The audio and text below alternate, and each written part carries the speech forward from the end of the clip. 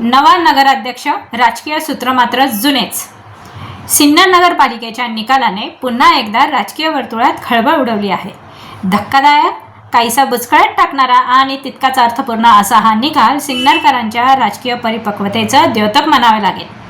व्यक्तीपेक्षा राजकारण, चेहऱ्यापेक्षा व्यवस्था आणि भावनेपेक्षा रणनीती या त्रिसूत्रीला मतदारांनी दिलेली ही स्पष्ट सलामी आहे।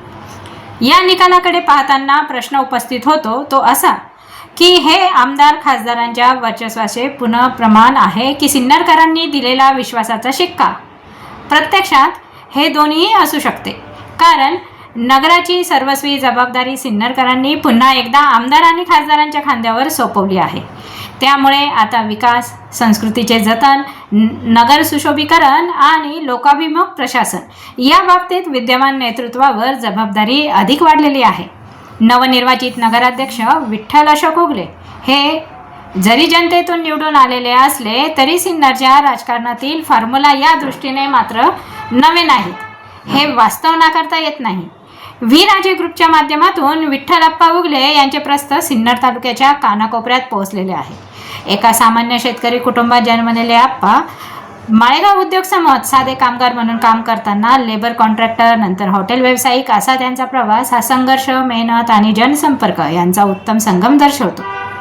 राजकीय व सामाजिक जडणघडणे, समविचारी युवकांना जोडणे, त्यांची निष्ठा टिकवून ठेवणे आणि संघटन मजबूत करणे या बाबतीत त्यांना मिळालेले यश निश्चितच उल्लेखनीय आहे। यापूर्वी नगराध्यक्षपदाचा अनुभव त्यांच्या गाठीशी असल्याने आजच्या बदलत्या राजकीय परिस्थितीत नेत्याचा बालेकिल्ला कार्यकर्त्यांनी राखला असे म्हणणे वावगे ठरणार नाही।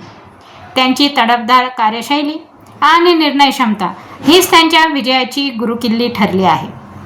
सर्वात तरुण नगराध्यक्ष म्हणून विजयाचा हार गळ्यात घालणारे विठ्ठल उगले सिन्नर तालुक्यातील तरुणांसाठी नक्कीच आशेचे किरण ठरू शकतात।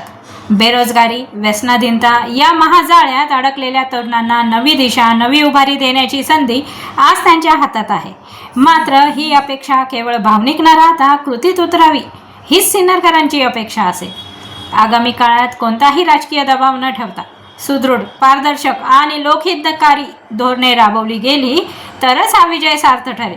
लोकसंपर्क, सामाजिक बांधिलकी, विकासात्मक संकल्पना आणि नगरपालिकेतील ठोस कामांचा सपाटा या सर्व आघाड्यांवर नवनिर्वाचित नगराध्यक्षांना कसोटीला उतरावे लागणार आहे।